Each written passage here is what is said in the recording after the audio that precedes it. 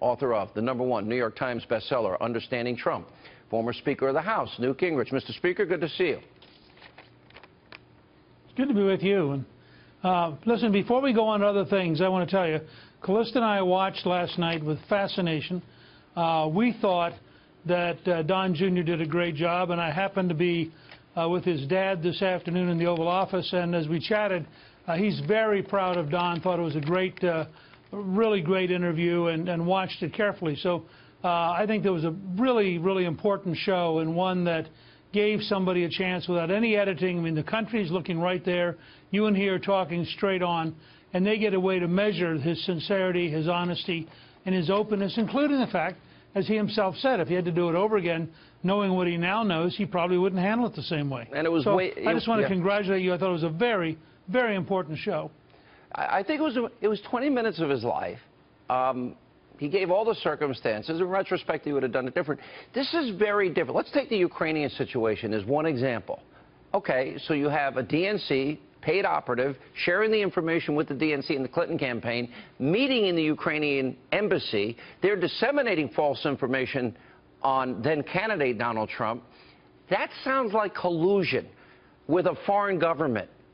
And I guarantee you, anybody that watches CNN or NBC doesn't know this story. Look, here's a way to think of the current elite media.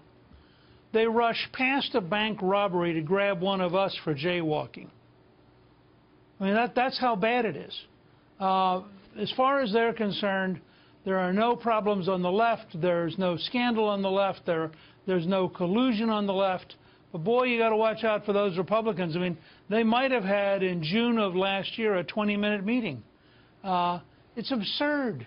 I've said several times now that this is actually much more like the famous play, The Crucible, which is about the witchcraft trials in Salem. I mean, what you have is a news media elite which wakes up every morning saying, I know Trump did something terrible. I wonder what it was. And then they spend the whole day looking for an excuse to write a bombshell, shocking story.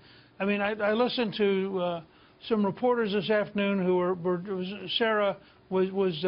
Sanders was doing the briefing, and the one guy said, look, now that we know that it's a hard fact that there was a meeting and that it involved collusion, and this reporter is building an entire case that is totally false. And then he springs from that false case to an even more outrageous question.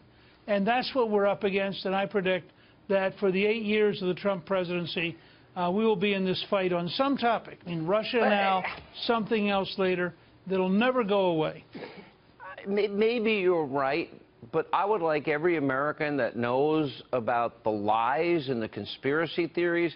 There's no evidence of collusion. Zero. After thousands of hours. How many articles written? But there is evidence of collusion with the Ukrainian government and the Clinton campaign and the DNC. And by the way, and when you get to the dossier issue, I got to be honest, I mean, it gets even worse when they're using Russian sources. Your reaction to that? Or how about Obama trying to defeat Bibi? Well, you know, let's just take the Ukrainian collusion with the Democrats, because that's such a clear and vivid effort to defeat Trump.